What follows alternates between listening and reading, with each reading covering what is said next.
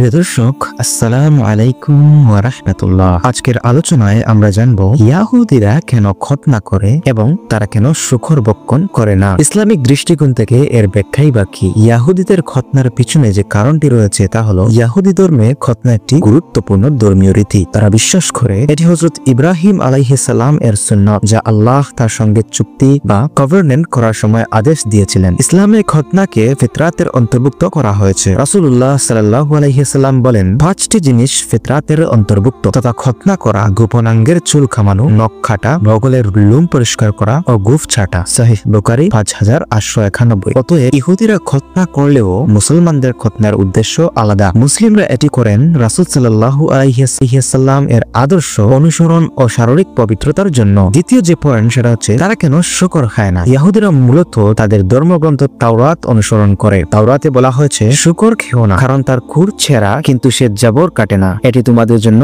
অপবিত্র। লেভিটিকাস অধ্যায় 11:7-8। ইসলামেও শুকর হারাম। আল্লাহ তাআলা বলেন, তোমাদের জন্য হারাম করা হয়েছে মৃত জন্তু, রক্ত, শুয়োরের মাংস এবং যা আল্লাহ ব্যতীত অন্যের নামে উৎসর্গ করা হয়েছে। সূরা মাইদা আয়াত 3। অতএব ইহুদি ও মুসলিম উভয় ধর্মেই শুকর হারাম, কারণ এটি আল্লাহর আদেশ। পরিশেষে ইহুদিদের খতনার পিছনে তাদের ধর্মীয় বিশ্বাস রয়েছে, যা ইসলামের সাথে কিছুটা মিল রয়েছে। আর শুকর বক্ষণ নিষিদ্ধ হওয়ার কারণ ইসলাম ও ইহুদি ধর্ম উভয় এটিকে অপবিত্র ও ক্ষতিকর মনে করে। মুসলিম হিসাবে আমাদের অবশ্যই কোরআন ও রাসূল সাল্লাল্লাহু আলাইহি সাল্লাম এর সুন্নাত মেনে চলা উচিত। আল্লাহ তাআলা আমাদের সঠিক জ্ঞান দান করুক।